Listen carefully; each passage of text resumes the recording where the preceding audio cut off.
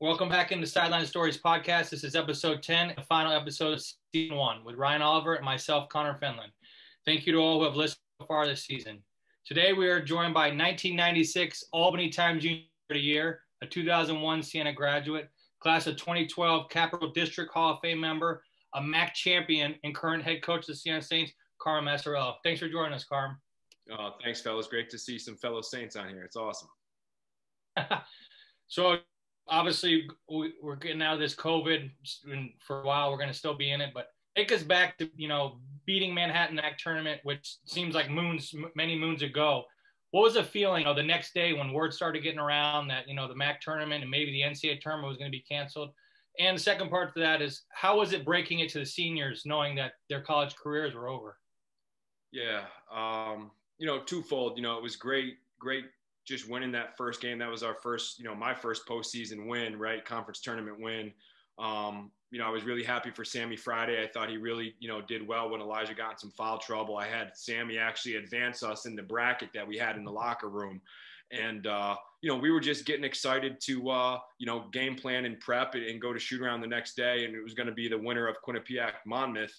And so I said, hey, fellas, there's talk of tournaments being canceled. And so I don't know what's going to happen, but we still have this time slot to get better. So let's go get a stretch. Let's go get some shots up and let's prepare like, we got a chance to play both of these teams and just kind of go through some shell defense and whatnot. And so obviously you hear, hey, the MAC tournament's canceled. And, then I get a phone call saying, hey, if the NCAA tournament does happen, you guys are going because you're the number one seed. You won the regular season outright. And for me, that's what I was really proud of, that we could kind of leave our mark, that first team, my first year at the helm, and hang a banner saying we won a regular season title. So in that regard, I thought it was kind of bittersweet for the seniors. Elijah Burns got to come back home. Matt Hine, who I recruited to Boston U, I got to play for me as a head coach. Obviously, Ben Diamond, who was a tremendous worker and just a great locker room guy. Sammy Friday, who was going to, we knew was going to graduate and pursue a degree elsewhere because he was the social major, and Siena really doesn't have that field for a master's. And then obviously Danny Cohen, our manager. So just excited those guys could go out winners. Obviously disappointed we couldn't keep that momentum going. I really felt like we were gelling and peaking at the right time. With that being said, I just told them I loved them and there's nothing to hang their heads about. It was a chance to, do something that hadn't been done in 10 years. We were regular season champs, and they could leave their legacy as that first class, that foundation for bringing Siena basketball back. Yes, sir, Carm. You said the words right there, bringing Siena basketball back. I know I can speak on many fans that we're excited to have you there as the head guy. And talk about how the COVID has really changed everything. And I'm sure this is your 1,000th or 1,000,000th Zoom, but just talk about what you've learned from COVID and what you'll take moving forward in terms of like technology and being creative. Yeah. So, my wife calls me Mr. Zoom. So it was even worse during the, the height of this. And you know what? It's tough. I feel for the guys because there's no sense of normalcy, and we don't want to be normal, right? We're at Siena. We don't want to be average.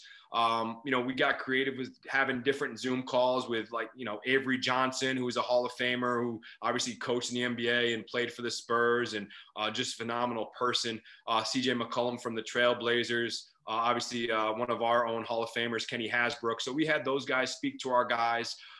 We did some different Zoom calls and some different, show and tell sessions with guys that are, hey, pick out something in your room and talk to us about it because, let's kind of dive into, where you're kind of confined right now. And I think the biggest thing you learn is you got to make the most out of everything. And also now it's different even from when you guys played, right? These kids, and they're kids still, right? You have to be able to reiterate and communicate with them 24/7. You can tell them and give them a direction on a Zoom, and then they still need a reminder the next day via text and via Instagram and via Twitter. And it's like, eventually, we want to continue to create great habits so these guys are successful when they leave Siena and when that basketball stops bouncing. So I just think you got to demand it. You know, we have rules for guys on Zoom, and they have to, you know, have their video on. They have to be at a desk. They have to have a notepad. They have to have and it's crazy because you think as a professional or as a college graduate or a prep school coach, right, or a media announcer, that they would carry over successful traits. But, you know, these guys sometimes are in Zoom in their room and in their pajamas and in their bed, and their video's off, and they wonder why they don't get a good grade. I'm like, fellas, this is the teacher's classroom still. You know, now it's through a camera, but you have to respect that. You have to be able to participate. You have to show eye contact. You can't just get up and walk down the hallway to get a drink. And so I think it's a growing process for everybody, but it's still about holding guys accountable, still letting them know, hey, that this discipline matters, and you have to also hold yourself accountable. No, the Zoom. I wish I had Zoom stock before all this started, because it would be through the roof. But as you talked about keeping up with the team in Zoom, how has recruiting been? I know it's probably similar. Zoom, you show videos of Siena, you try to show pictures of the practice facility. Do you see this maybe carrying on longer, more even after COVID? Zoom could be the way to go to recruit? Yeah, you know what? We're trying to be aggressive in that regard. We're done with that 2021 class. I can't really speak on that, obviously, for NCAA rules, but overall recruiting, it's more live streamed and you know, watching kids play and, you know, still working your network and talking to people. I think the biggest thing is you got to have good intel. You got to have people that want to tell you the truth. You know, everyone wants to be your friend when you have scholarships and they think they can give you a kid, and it's their credibility, right? They want to say, oh, I got this kid to Siena, or I got this kid here, I got this kid there. At the end of the day, if it's not a right fit and it's not a kid that can help the program, you know, in a multitude of ways, right? I don't just want a kid that's a great basketball player. You know, my biggest thing is, you know, the basketball, if you work hard, the basketball is going to take care of yourself. I want a high character individual. I want somebody that's going to look me in the eyes and tell me the truth and know what I want and how I want it done. And then when they don't live up to those expectations, they got to know they haven't, and they got to be able to address it themselves, and then, you know, bring it to their teammates. You know, I want guys that can hold themselves accountable, their teammates accountable. And then, like I said, that third piece is the basketball piece. Obviously, we're going to be able to get, you know, talented student athletes, but they got to be better people first. That says a lot about you, Carmen. I definitely appreciate that. We talked a little bit about COVID. Also, during that time, a lot of the racial injustice issues occurred in the world. Recently, you started or joined the Coaches for Change. Talk about that and kind of the impact that's made and kind of the goals for that. Yeah, so it was obviously a tough time in our country, right? Everyone sees the brutal murder of George Floyd, and obviously there's been other countless episodes of injustices in this country that have been caught on video in all different parts of the US, from Texas to the Midwest. And when it's all said and done, I just felt as a leader of a program, I had a chance to make an impact and have a greater voice. And that's kind of why one of the major reasons I wanted to be a head coach was to kind of be able to be a leader and be able to kind of speak up and draw attention to things that maybe as an assistant I couldn't. And so, you know, Coaches for Change kind of started. I reached out to a few friends. I reached out to my friend Marcus King at Tennessee Tech, and he was a junior college coach in Baytown, Texas at first. And now he works for John Pelfrey at Tennessee Tech, and Jerry McNamara at Syracuse, Mike Menega at Oregon, Amir Abdul-Rahim at Kennesaw State, Alvin Brooks III at Baylor, a bunch of different guys, because obviously, as you said, during this COVID, I was on so many different Zoom calls and podcasts where I'm meeting different guys from across the country and getting to build relationships. And then I was like, hey, you know, let's have a Zoom call, and a Zoom call of 20 turned into a Zoom call of 40, and then it turned into a Zoom call of 80, and then it turned into let's incorporate women's basketball coaches and let's incorporate strength coaches. And, you know, it's more or less to engage, educate, empower, and evolve our student athletes and ourselves, and to help not only our college campuses and communities, but also each other. So we can use ourselves as sounding boards. We can help with best practices. How are we dealing with certain situations? And someone that's in the West Coast may be doing it completely different than how we're doing it here in the East Coast. And there may be a chance, just like in coaching, to kind of grow our arsenal with how to solve problems, whether it's on the court or off the court. And we felt like the biggest thing we could do at first was just to, you know, deal with the civic engagement and having all of our student athletes get registered to vote. We thought that was kind of some low-hanging fruit where we could really see some tangible results. And so we pushed to get all of our teams, and then the women's team, and then our athletic departments all registered to vote. But, you know, with that being said, it's a lot of work, right? It's a not-for-profit. It's a 501c3. You know, I've never done anything like that in my life before. So I was kind of growing as well. And, you know, not only did we want to be able to talk about the social injustices and educating our student athletes, but we also wanted to be able to address the lack of diversity in college athletics and college athletic departments. So not only are we able to have those conversations, but we're also able to give younger coaches and support staff and assistant coaches the ability to have a voice and to grow as leaders within our organization, and then also use us as resources, whether it's for a job interview or a connection that someone else in our group may have. So it really works collaboratively to deal and grow all of us together to try to be a coach for change in all regards, from athletic departments to social injustices to getting our student athletes registered to vote, and to, you know, helping our athletic departments to navigate these tough times. So it's really just something that's all encompassing. And you know, we're still working on trying to how we can streamline things. You know, do we need somebody actually in charge of it? I'm per se the executive director and the founder, but when it's all said and done, I'm still also a head coach and a family of 4 and a dad and a husband. And so, you know, it's a lot of time. So now how do we build it so it can also run itself, but it's still pure and genuine? And I think that was the biggest thing that really got people engaged, was we are like an organic group. It's not something that's just done as a mouthpiece, right? We've been able to accomplish some things. No, it's great. You know, I've been following it on social media as probably everyone is, but talk a little bit about the relationships you have with other coaches, other people in the industry. You know, as you said, it's a relationship business. You know that as well as anyone else. But, you know, obviously you want to beat every coach you go against, but it's all for one cause. And talk a little bit about how reaching out to everyone and how that got going. Yeah, it just was obviously conversations like, hey, Jerry, what are you guys doing? What's Coach Boeheim doing with your team?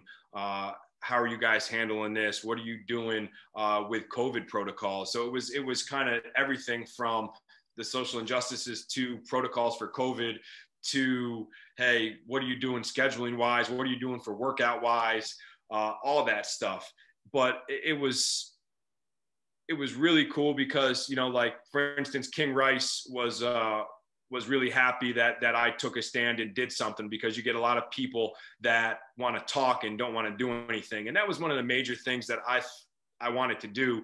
You know, you had so many people on all these Zoom calls talking about, hey, well, we need to do something. There has to be change. And everyone on our Zoom calls, right, you're all of the same kind of like-mindedness. So you're not going to find a racist in your group of college basketball coaches. For the most part, we've all been around all different walks of life, and we've navigated those times, and we see everybody, even though we see black, we see white, we see yellow, we value the black person for who they are. We value the white person for who they are.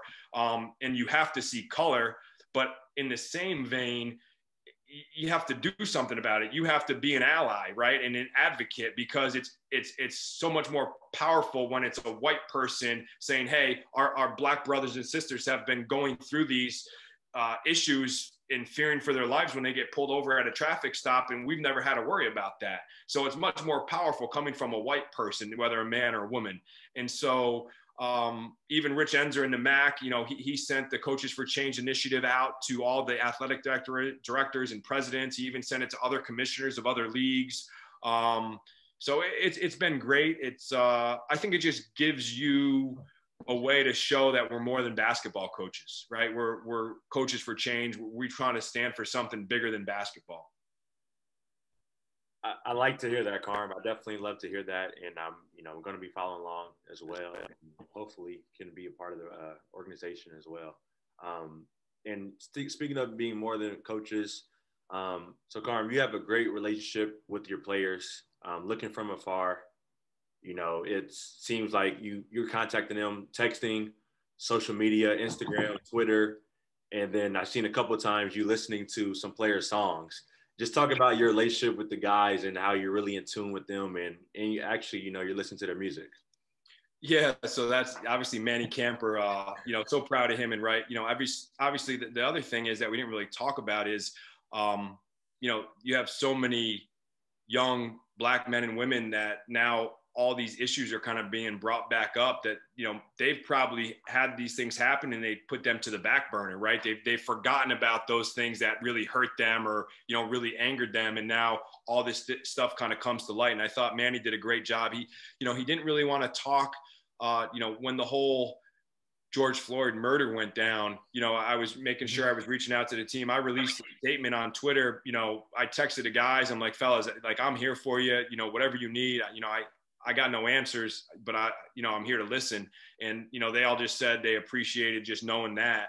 And so I think I was one of the first MAC coaches. I didn't even ask for a go-ahead from Siena College or anybody. I just kind of put out my statement because I thought that was the right thing to do. And so Manny went to music to kind of to vent and to get his thoughts and heart out there. And I told him I loved him for it. And I love all the guys. And that's just, I think to be real and to have a real relationship with your players is the difference in college basketball. I think you got a lot of guys that want to be the coach and be the dictator. And, if you don't have a real relationship, guys aren't going to play for you. Now, they may not like how I got to hold them accountable for every small, minute detail, but at the end of the day, they know I have their best interest at heart. Obviously, I think, with Jalen back and Manny and all these guys, I think the biggest thing is I have to be who I am, right? I'm still who I was as an assistant, except now it's just I get to call the shots. But I don't think I've changed at all, except maybe, I'm a little more of a disciplinarian, just for the fact that I can't have them thinking that we're cool and they can just do what they want. Like, we're cool, but there's still standards we have. And I think that's what I learned too through my first year. Being able to run things how I want them run. And if I say you have to go, 10 steps and a guy goes 9, like, I got to call you on that, because at the end of the day, 9 steps leads to 8 steps, leads to 7 steps. And now you're coming up way too short, as opposed to, having guys that when I say go 10, they go 12.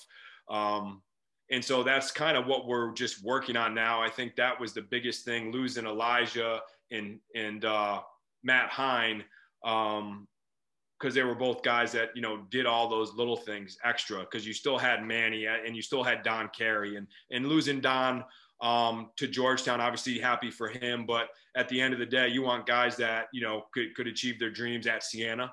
And we wish him nothing but the best. But I think you guys will really like Nick Hopkins coming in. He's from a great program in Belmont who went to an NCAA tournament. And he's a high character kid as well. So excited for him in his year. Jordan King, same thing. But it's one of those things where I think you got to have different relationships with different players, right? And all your relationships will be different with just the type of people they are, because they're all different people. And then how you kind of connect with them, and whether it's, talking to them about, playing 2K too long or late at night. Colin Golson's a freshman. He video streams. And so he has people actually following him on the computer because he streams his video games, and people actually take notes from how he plays.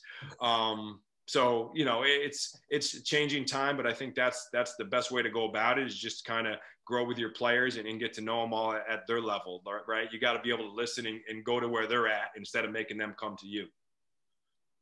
No, you're definitely the guy we want in charge, because as you can see, those guys play really hard for you. And that's, as an outsider, that's what you want from the Siena program, because that's what it's all about, brick by brick kind of thing. But I know you've been asked this question a million times, and I'm not looking for any specific team, but you had a schedule made up. Obviously, COVID comes in. You have to revamp the schedule, all changes.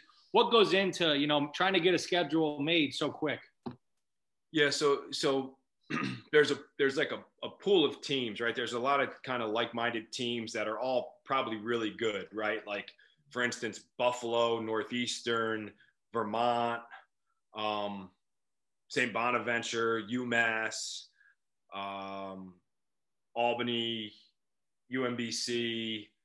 So you have a bunch of different teams. And we were supposed to play in the Advocare, which is down in Orlando, right? And obviously that's a monster of a tournament with high major teams, Michigan State, Gonzaga, Auburn, Xavier, Boise State. That was the field. And St. Louis, who should be a top 25 team this year. So, our guys are hungry.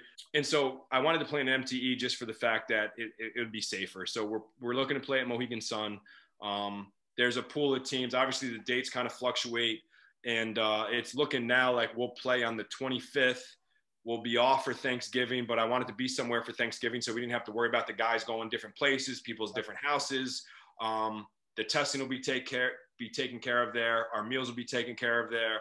So we'll play the 25th. We'll be off the 26th. We'll play the 27th, 28th, be off the 29th, play the 30th. So I'm looking to play 4 games there. I just think it's a lot safer. You're in one spot. You can practice. You can eat. You don't have to worry about guys, being late or like so many things you don't have to worry about. And then we'll look to play a game the 22nd or 23rd. We do have a game. We were supposed to play at Bonaventure the 22nd.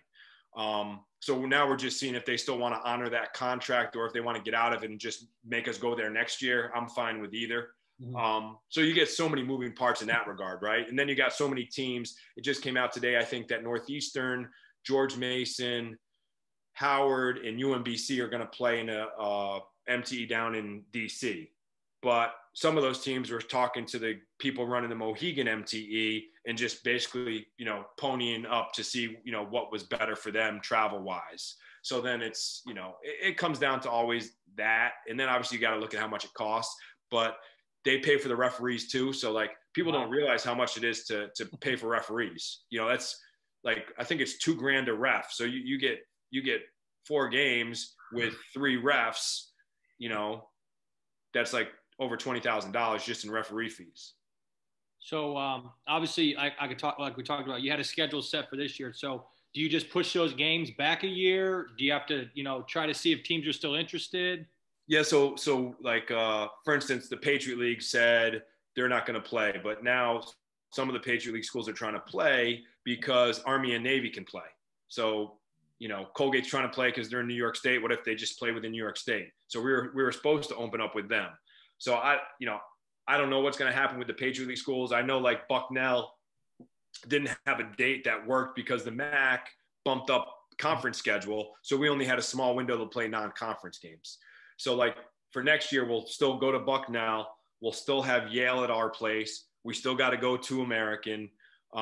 If we don't play Bonnie's at Bonnie's this year, we'll still have to go to Bonnie's. We'll still have to go to Holy Cross. So we just kind of push those back because some of them were 4-year contracts. Some of them were 2-year contracts. So you just bump it back. Sure. Crazy times. All we want to do is watch some basketball. And Carm, I know all you want to do is coach some basketball. Yeah. So like this is a calendar, right? So we got highlighted stuff. So this is so this was the first one. So this has all, because I'm really super, I guess, meticulous, anal, over the top, organized, OCD, where I kind of color code everything with off days and, how many times we'll lift and what's the lift going to be? Is it going to be a recovery lift, a maintenance lift? Are we going to, have a hard lift? And then like, hey, what's the schedule going to be when classes are out of session, right? So we're going to end by like the 22nd or 23rd. And then guys don't have class till mid-February. So how are we keeping these guys from staying up all night playing video games and watching Netflix? That's a lot that goes into it. I don't think people realize the behind the scenes. So I'm glad you're touching on it. Carm, we have a couple of guests on our pod who have been thrilled and excited that you're the head coach. They've all said, and I quote, "You're a Siena guy through and through." What does being back at Siena mean for you? And just talk about what being a Siena guy means for you as well. No, I mean, it means the world to me. I think it's, people don't realize I gave up a full scholarship to come to Siena. One, because Bob Byer, and I love Coach Byer, but Bob Byer didn't think I was good enough to play there coming out of high school. 2, there were people in the community that didn't think I was good enough to play there, and that Coach Hewitt's conditioning was harder than anything anyone's ever done. And I came in and I think I won every sprint the first summer I was there. So that was easy. So I knew I could do it. But I think the biggest thing with kind of, everyone talks about the Butler way, but the Siena way for me is just getting guys that understand that, we have something special with our community, with our students, with our professors, with our administration, with our fans. And, I think they deserve the best. And I think that just means, like you guys alluded to, guys that play hard every single second they're on the floor, no matter if they're super talented or not, that they're going to give everything they got to help the betterment of the team. And that goes from A to Z, to the managers, to the staff, to the support staff. Just even today, I was over at facilities and I had to talk to one of the facilities guys about one of the townhouses in the heat not working. And it wasn't even a townhouse for one of our players. It was a townhouse for another student athlete on a different sport team. And they reached out to me. And, I just think it's a caring community where everybody wants to see everybody do well. And just a special place, to be honest with you. And I think the support is there. I love the fact that we're expected to win. Because it's not like that everywhere. And that pressure is a privilege. And, I think it helps kind of drive our vehicle to, get the best out of our young men. Obviously, growing up in the area, were you a Siena fan? Did you go to any Siena camps? Anything for you? Yeah. So the first camp I went to ever was a basketball camp. I was in 4th grade. I just taken away the Velcro sneakers and got my first pair of Jordans. And this was back when Mike Dean was running the camp. And there used to be a ton of kids because they had like 4 courts outdoors. They had a swimming pool outdoors. They had the arc with 1, 2, 3, 4, 5 courts. So there are the bleachers on both sides. They had them going this way. They had the main court. Then they had where the practice court is now, and then the other one. So they had those 5. They had 4 outside, and they had a swimming pool. And long story short, and they made they did an article or whatever and put this on the news, but I basically got my report card at the end of that camp going into, I think I was going into 4th grade, and it said I should find another sport. I was a good kid, but basketball wasn't for me. And so that was my first camp in 4th grade. I went back in like 8th grade and led the camp in scoring, was like one of the best players. And then, it happened all over again, right? Coming out of high school, I wasn't good enough to play there. And then came back and helped, play as a walk-on basically. And was 6th man on a team that won 20 games for Coach Orr. And then obviously I had a chance, hung him up after, playing overseas, and worked for Coach Fran as his director of ops, which was awesome. And then had a chance to come back to work for Jamie, and where I took a pay cut leaving GW to work for Jamie, and it just kind of all worked out. But I think everything happens for a reason, and it kind of builds your character, and everyone's journey is unique, but that's what makes you who you are. And so I think that's kind of another reason why I think I'm a Siena guy, is because Siena's made me in one way or another. That it's crazy, because all that happened, it still worked out for you at Siena, and then you're inducted to the Upstate Basketball Hall of Fame. Talk about how that was an honor for you, and really full circle for your whole experience from the 4th grade report card to ending your senior season with the Saints. Yeah. I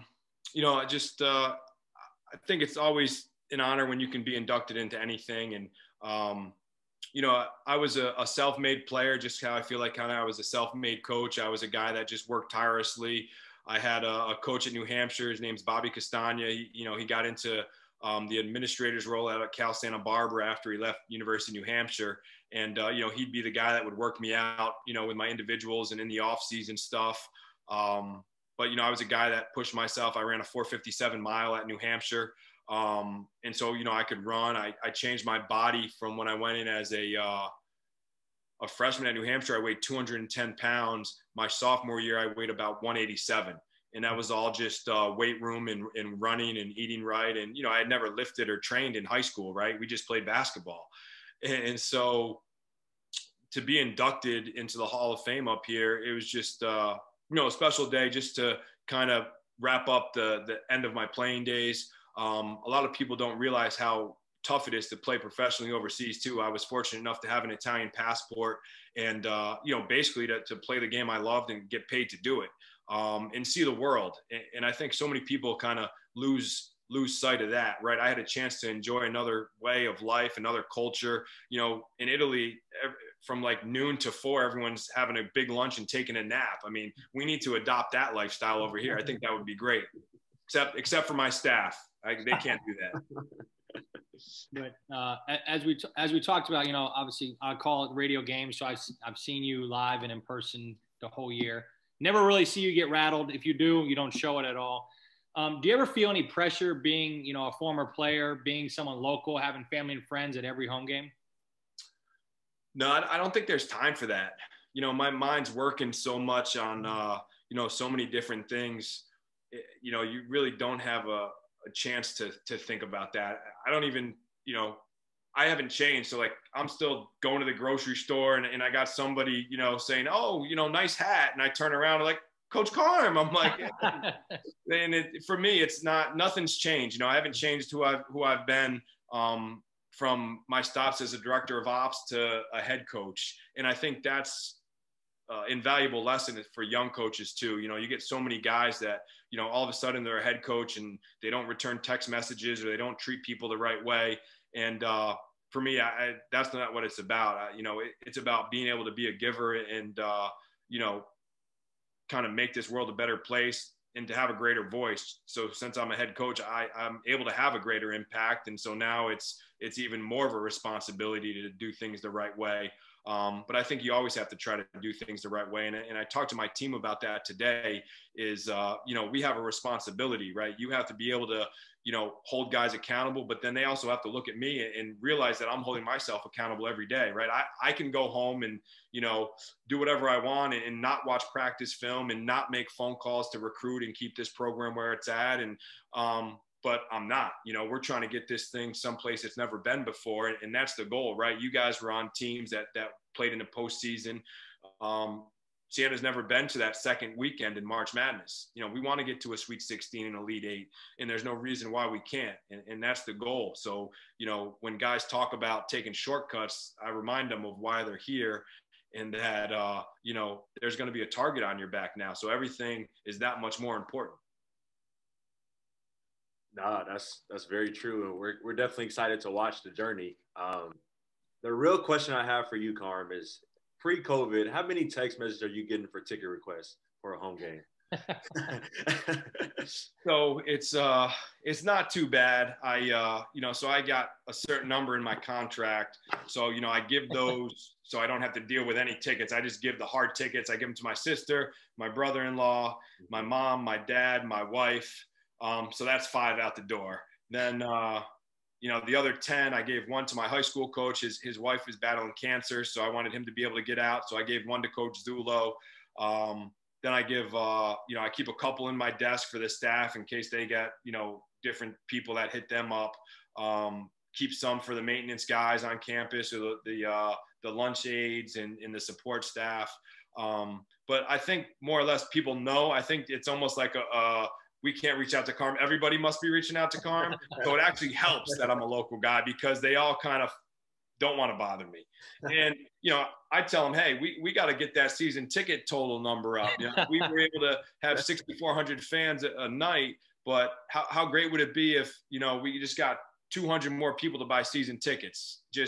And that's the other thing we're trying to make a push now is regardless if we're able to have fans or not, I would love everybody to just buy 2 seasons tickets just to support the program. And then they have it from next year if they can't come, but that money will definitely go to, a great place where we're able to kind of take care of our guys during this tough time.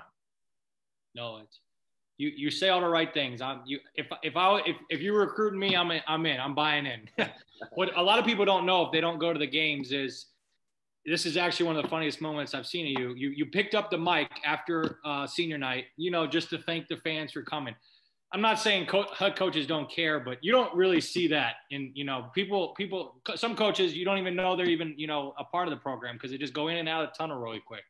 Oh no, it was funny. I caught a lot of flack for that because my wife was making fun of my voice because I thought I sounded like, and not that she's even seen it, she's only seen the clip, but you know, I got to catch her up on her movies, but it sounded like Rocky yelling for Adrian. You know?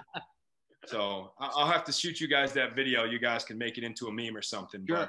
But it was, and that's, you know, I don't look like I get flustered, but like after games, people don't realize how tired you are after games. Like I have one adult beverage and I like it takes me like 3-4 hours to decompress. And it's, you know, I stop at my best friend's house on the way home, which is, you know, exit 9 or 8A.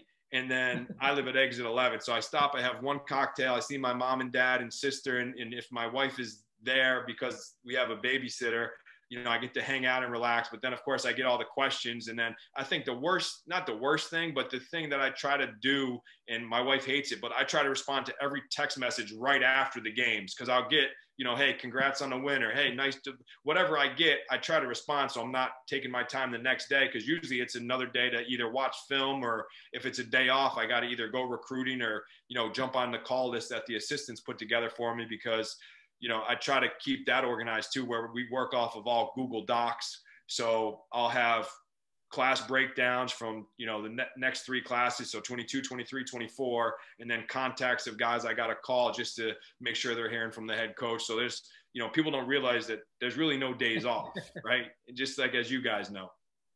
Yeah. And it's funny that you say no days off. During this COVID, I know you didn't have any days off because you're on Zoom, but have you ever had that many days where you just were at your house? No.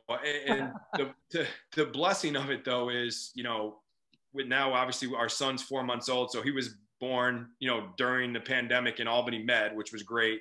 Super safe spot. They took great care of us. And, you know, my daughter, like you said, you guys saw her. So she's a handful. She's so energetic, but like, I got to spend so much time with my wife and kids. It's like, you know, the last time I spent that much time with my wife was the honeymoon with no kids. And, you know, she was mad at me because she lost her sunglasses and it was my fault, you know? So it's, it was great though. I wouldn't change it for anything. Obviously I'm always going to look at the positives. So I was able to spend a lot of time with my wife and kids, you know, try to be as safe as possible. You're able to enjoy the outdoors at least when that happened, right? Go for walks. And, I just think it makes you reflect on how thankful, you know, we all should be that we are healthy and taking care of ourselves. Carm, you've done a great job taking Siena to the next level. Already in your short time, you've had 2 players put their names in the NBA draft, and you've had first row seat with that experience. Obviously, last year was a little different with Jalen. You were able to be there in person for some of the events and talk them through it. This year, a little different with Manny, but just speak on that experience and kind of what it means, 1, for the program, 2, for those guys, but also just, you know, the feedback they've heard and kind of what their goals are moving forward. Yeah, I think it's just obviously a tremendous honor for the program, right? You want to prove on the recruiting trail that you can go to Siena College and you can, you know, reach your dreams to the highest level, which is the NBA. It was great for Jalen to test himself at the Chicago G League Combine. It was great to be there for him. I was thankful to John Dargenio for letting me fly out and spend time and get to see him go to work. And out there, it was great because I got to see John Phelps, who's a former manager for Siena when I played, and he was with the Pistons G League affiliate. Got to see Prosper Karangwa, who's the head of scouting for the Magic. So it was a little Siena reunion out there as we were talking before we jumped on this with, you know, there's Saints everywhere, right? And then obviously for Manny, you know, he talked to me about it, and I said, no, man, like I want you to declare because I think you're kind of an unsung hero and people need to hear your name more with just his style of play. I mean, Manny's just the ultimate professional. You know, he does everything the right way. He doesn't take any shortcuts. He's self-made. You know, he was a guy that basically played 7 minutes a game as a freshman. And I think the coach at the time was trying to get him out of the program to a guy that played the 2-guard spot for Jamian and played about, you know, 20 some minutes a game. And then for me, he's playing 30 some minutes a game and his numbers doubled. And he averaged over, you know, 20 double doubles. He averaged a double double. So, you know, for me, it was about getting feedback for him and also for people to kind of take notice. Hey, you know, we're working up here, and we're going to get you better skill development wise. We're going to, put you in our system with 4 guards, and we're going to make sure you're able to kind of produce, and hopefully that translates at that next level. Yeah, you touch a little bit on what's it like to have a confidence in a player when they haven't really played a lot? Guys like when you were with Jamie and Degnan, who really got no minutes and obviously produced unbelievable his senior year. Manny Camper, Sammy Friday. What does it mean to you to see guys grow like that, in just a short year? I think it comes down to confidence and belief.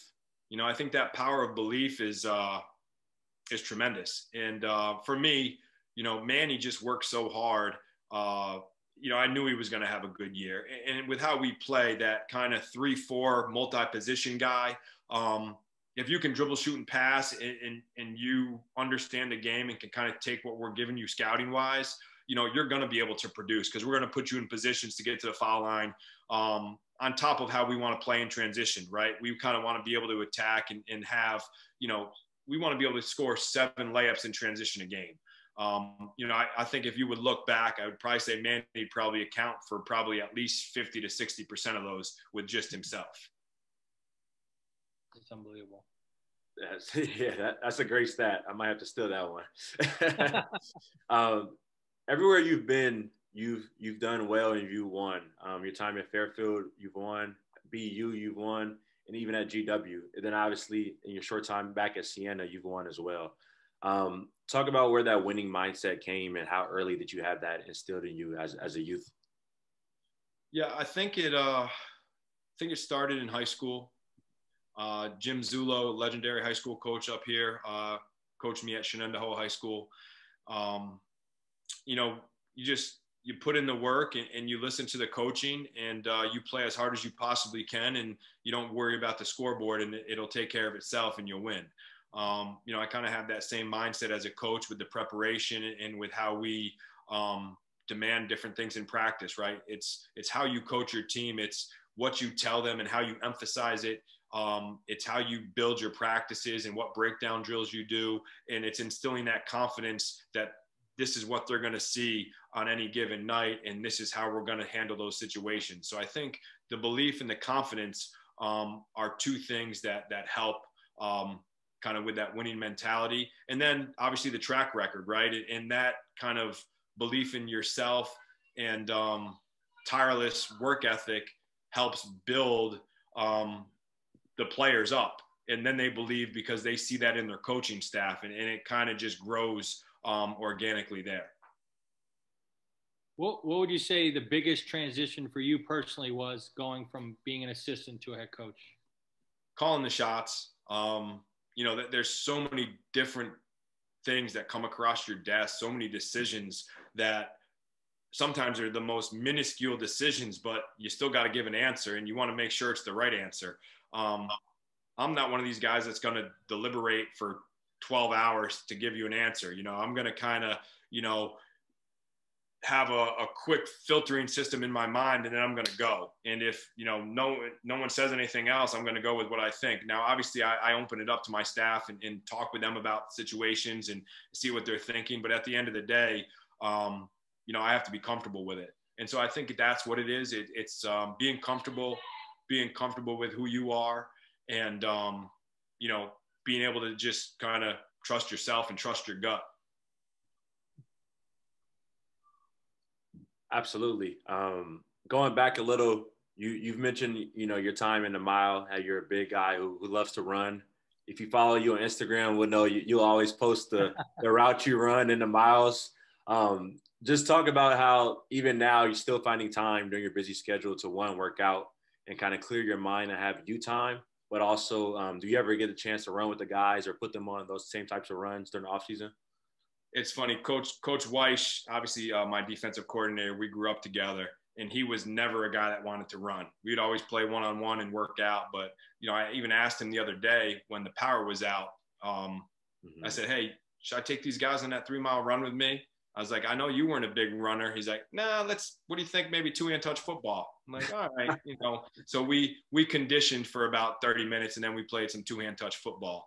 But I think the biggest thing, you have to be disciplined. You got to be able to take care of yourself. For me, those 3 miles I get to run, I listen to an audio book. My mind gets to wander. Sometimes I just run and think about what I want to do, or I'll have to pause my workout and then write notes in my phone because I just thought of something I want to talk to the team about or something that I want to do.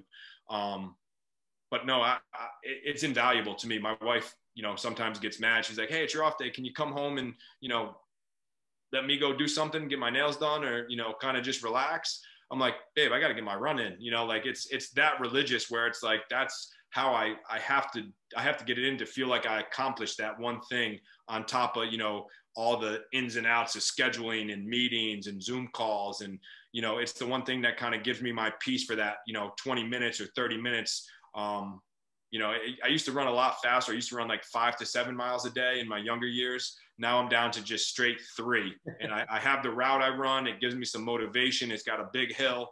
And then afterwards, I can at least feel like I can have a piece of candy and some chocolate. That's why I run for the after. Don't do anything prior, but everything's after. But we've touched a lot about COVID and things like that. And this is becoming your second year, and you've implemented a great system your first year. What's it like to try to implement a system with 10 new guys, and you really can't really work out with everyone? How has that been going? It's been good. The guys come by for some film. We try to break up the groups to give guys the reps they need. The good thing is with smaller groups, you have more reps. So being able to put Aiden Carpenter at the 1 and give him reps there, and then put him in a group with Manny and Jalen so he can have reps at the 2. So we've been strategic with every week with how we've made our groups. Sometimes the guys don't like it because they'll be in a group with a couple walk-ons. And I'm like, listen, you're still getting the same reps that you're going to get here. It's about where you put your mind and what you get out of it. So there's always teaching points in there. And then I think it's also good to be mindful to make sure these guys are getting in the weight room and getting in the training room and stretching. We're up to like 90 minutes on the court, 90 minutes in the weight room. And so now we've limited the conditioning outside. So now we just do everything kind of on the court. And so I think it's just a gradual build, but we want to just make sure our guys are in the right spot to, take that next step once we do start practice, which is, I'm hopeful for the 26th of October. Fingers crossed. I know Saints fans will be locked into Twitter, waiting for live footage, some pictures or whatever, just to see the green and gold back on their chest. Just real quick, I know, technically you were a walk-on at Siena. Talk about your kind of relationship with the walk-ons, part of your teams, and how special that role is, because it is a huge part of the team. Yeah, you know what? I don't treat them any differently. I expect them to know the plays and remember things. And, I hold them just as accountable as I do Jalen or Manny or Dana or Aiden or Jordan King. For me, it doesn't matter. They're part of this team, and, they may have their number called. You never know what situations come about, especially now with COVID, right? What if 5 guys get it and God forbid they got to be out 14 days, So, I treat them all the same. I value them as people, just like I value all my players. And, I hold them just as accountable. There's no difference.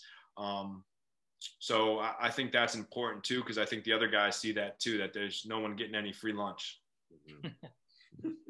No, you got a lot of guys too. So not you don't want anyone to miss, but you got enough guys on the bus to be able to play. And as you said, I've been to a couple of your practices. Everyone gets equal time, practicing, so everyone is ready.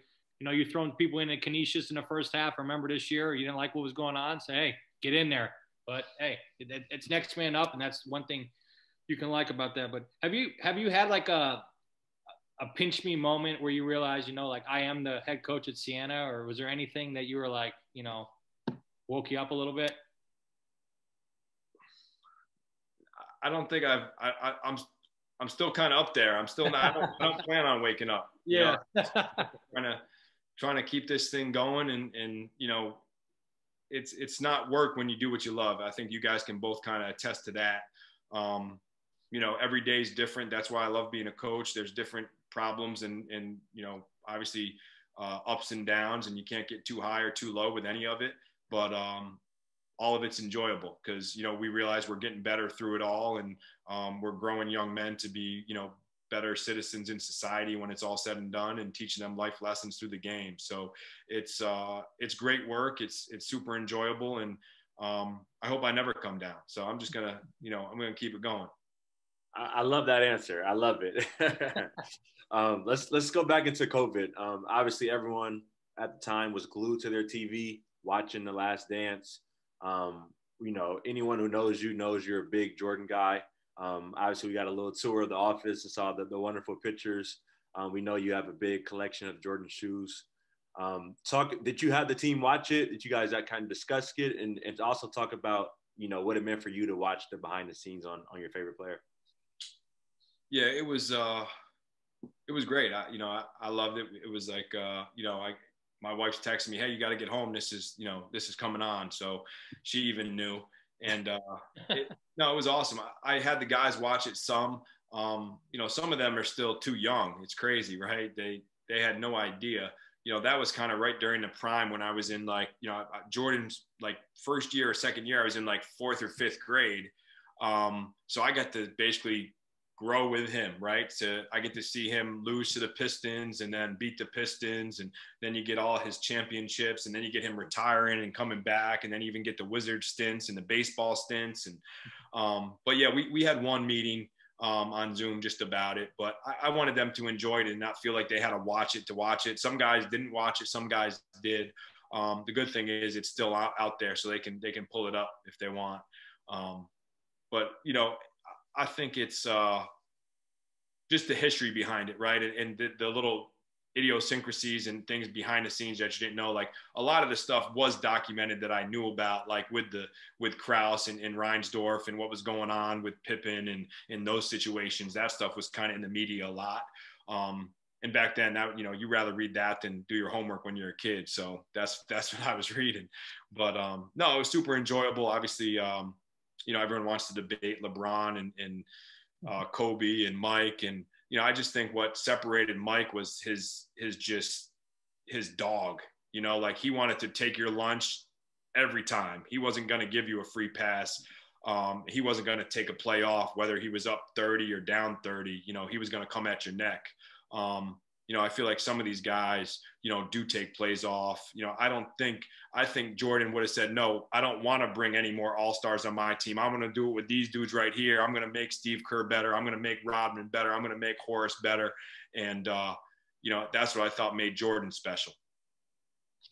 Yeah, like we've talked about a couple of times, because we obviously all follow you on Instagram. We know the kids both have Jordans, so it's a trend down there. Is there any lessons or philosophies that you take from Jordan that you try to implement in your program? I wouldn't say specifically from him. I just think the one more mentality, right? Like the extra reps and the extra work, and teaching our guys that they can hold each other accountable, and it's out of love, and it's not, being mean when somebody has a half-assed rep and they think that that's going to get it done in game time. I'm big into the game reps. I want guys cutting hard on that first cut 5-on-0 as they do in the last cut, as they do, with 10 seconds left in overtime in a tie game. Like that cut has to be the same, and that cut has to hold up. So I guess just that discipline piece, I think. But I don't think that's just from Jordan. I think that's from every great athlete that's been able to hold themselves accountable. And I think that now is an acquired skill. I think that's tough to evaluate when you're recruiting too, right? Who's gonna be able to hold themselves accountable when mommy and daddy have been holding them accountable back home? Now they get to college and there's all these other distractions. Well, it's easy to hold yourself accountable when your mom, says you got to be home or she's going to take the car from you. Or your dad says, I'm not bringing you to the gym in the morning, right? That's easy. But now you're on campus, you got 24-hour access to a practice facility. You got, other students trying to get at you and want to be your friends, whether it's female or male, or play video games or go on a date. So at the end of the day, your priorities got to hold up too. And we talked to CJ McCollum about that as well when he was on our Zoom, this summer, and just, making sure that guys understood, hey, there's going to be even more distractions because now you're the defending MAC champion. Big target on your back, but I know you'll have the Saints ready. What would you say you're looking forward to the most this season, if there's one thing? I just can't wait to start playing, a step at a time, right? But I can't wait to see how these guys are going to compete. And, see what we look like from that first day, then, when we're hopefully down in Atlantic City for the MAC tournament. I love seeing that growth of a team.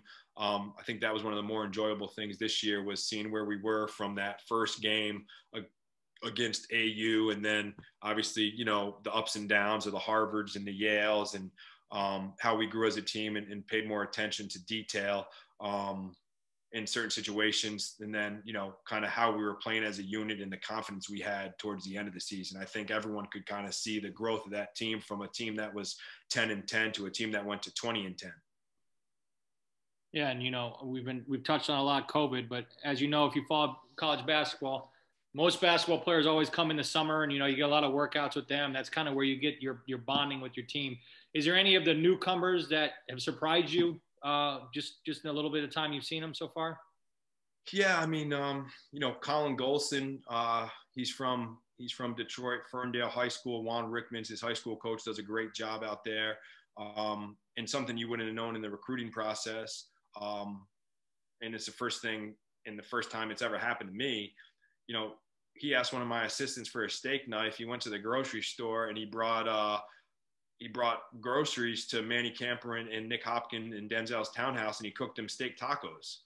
Wow. So, he's a kid that, we weren't sure he was going to qualify due to COVID, and he's making the most of his opportunity at Siena.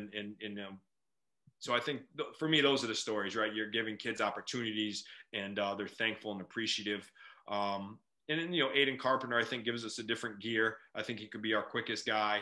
Dana's a mismatch nightmare. He can play 2, 3, 4, or 5, but super skilled. So, and then Kyle Young, he's lost a ton of weight. He's in great shape. So he's a guy that, we're expecting some big things out of. But, I'm just excited to be able to, put the whole team together. So talk to me after that, and then we'll go from there. Carm, a lot of Saints fans are wondering, a lot of back and forth on Twitter. I know you had a couple of quotes in the media, but where will the Saints be playing this season? The TU, on campus? What's your preference, and what do you think is really going to happen, if you could speak on it? My preference is the TU, just because it's our home court, no other reason. Obviously, there's a financial obligation there. It costs a certain amount of money to put down the court. We don't know if we're going to have fans up to a certain date. And so, if we have to play in the Arc, great. But, Siena basketball's home is the Times Union Center. And even if it's not with fans, I think our guys enjoy playing there too. And, I try to keep as many things the same as we can, right? You have game day routines, you have shoot around. I don't like to change if we don't have to. Hey, amen. And you even have Colin could be your chef before the game now, I'm hearing. So meals are going to be on him. But what's the best single game performance you've ever seen? Doremus Betterman against Kansas State. Oh, bam. I like it. On it quick. Favorite food spot to eat in Albany? Maurice's hot roast beef every game day. Okay. Really? Wow. Where is that? South Pearl Street, right on that corner. Okay. What's the best arena you've ever been to or played in? The Pit, Albuquerque. Nice. Nothing wrong with that. This season, will you be coaching in a mask? Up to you guys. Hey, Halloween's coming up. You can have a lot of masks. Favorite moment as a Siena player?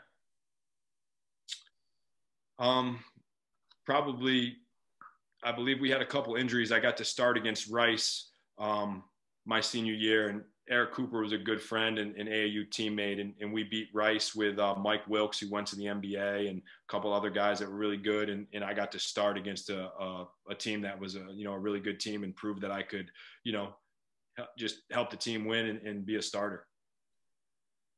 Love it. I love it. Who's the best basketball player you ever played against? That's a good question. So, couple. Sean Kennedy, when he played at Marist, was really good. Speedy Claxton, when he played at Hofstra, was really good. Kenny Thomas at New Mexico. But I'd have to say either Ron Artest or Wally Zerbiak in the Empire State games. Wow. Wally gave us like 50, and everyone tried to guard him, and it didn't matter. If you could choose one Siena Saint to play with that you didn't, who would it be? Mark Brown. Nice. Can't go wrong there. You spoke on your pregame meal, but are there any other pregame rituals or superstitions you do? So I always get the run in, game day run, got to get it. Before shoot around is when I get the roast beef. And then I'll try to have just like a piece of grilled chicken or a little salad with the guys, or just to like kind of dive in, or before my run or after my run. And then I always have cherry juice.